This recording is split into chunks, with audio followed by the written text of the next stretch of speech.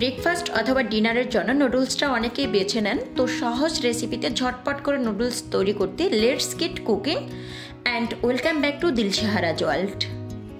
একটা প্যানে নুডলস সিদ্ধ করার জন্য আমি পর্যাপ্ত পরিমাণে পানি নিয়েছি। এরপর এতে 1 টেবিল চামচ দিয়েছি রেগুলার রান্নার তেল। তেলটা দেওয়ার কারণে হবে কি, নুডলসটা খুব ব্রিজি হবে, একদম ঝরঝরা হবে। পানিতে বলক চলে আসার পর নুডলসটা দিয়ে দিয়েছি। যেহেতু এটি ইনস্ট্যান্ট নুডলস না, তাই এটা সিদ্ধ করতে 5 মিনিট মতন সময় লাগতে পারে। তো চুলার আজকে হাই ফ্লেমে রেখে নুডলসটাকে সিদ্ধ করে নিচ্ছি।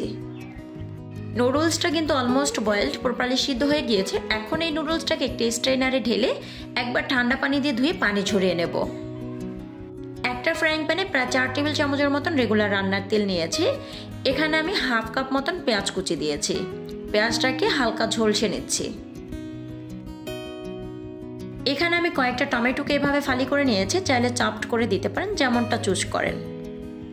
নুডলসের টেস্ট রিচ করতে টমেটো কিন্তু ইন্টিমেটলি জড়িত। কয়েকটা টমেটোকে আমি ফালি করে দিয়েছি, আর কয়েকটা টমেটো আমি এভাবে আস্তই দিয়ে দিয়েছি। টমেটোর সাইজগুলো কিন্তু খুবই ছোট। আস্ত টমেটোটা দেওয়ার কারণে হবে কি, নুডলসটা কুক করার পরে দেখতে যেমন সুন্দর লাগবে, আর টমেটোর সাথে নুডলসটা কিন্তু খেতেও বেশ ভালো লাগবে। ঝালের টেস্ট অনুযায়ী কয়েকটা কাঁচামরিচ ফালি দিয়েছি, আর সামান্য দিয়েছি গোলমরিচ গুঁড়া। চুলার আঁচকে আমি মিডিয়াম থেকে লোতে রেখেছি। এতে করে হবে কি, পেঁয়াজটা পুড়ে যাবে না, কিন্তু টমেটোটা বেশ সফট হবে। এবার একটি ঢাকনা দিয়ে টমেটোটাকে কুক করে নেব 3 মিনিটের জন্য। তো 3 মিনিটের মধ্যে দেখতেই পাচ্ছেন যে ফালি করে নেওয়া টমেটোটা কিন্তু অনেকটা গলে গিয়েছে। আর আস্ত যে টমেটোটা দিয়েছিলাম, এটা কিন্তু আমি গলাতে চাচ্ছি না, আস্তই রাখতে চাচ্ছি। টেস্টটাকে আরও একটু রিচ করার জন্য একটা ডিম ফেটে নিয়েছি। চাইলে শুধু টমেটো দিয়েই কিন্তু পুরো নুডলসটাকে কুক করে নিতে পারবেন।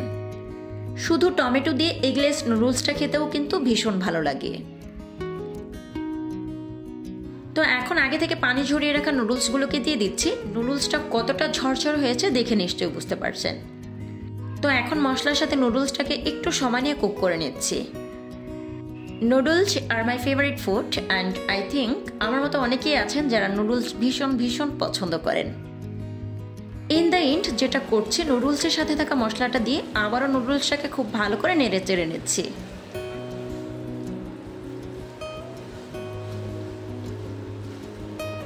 আই হোপ রেসিপিটি আপনাদের কাছে অনেক ভালো লেগেছে। আজকের ভিডিওটি ভালো লাগলে অবশ্যই আপনার ফ্রেন্ড এবং ফ্যামিলির সাথে শেয়ার করবেন।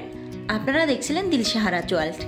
এরকম সুন্দর, সহজ এবং সুস্বাদু রেসিপি পেতে অবশ্যই দিলশাহারাজ ওয়ার্ল্ডের সাথেই থাকবেন।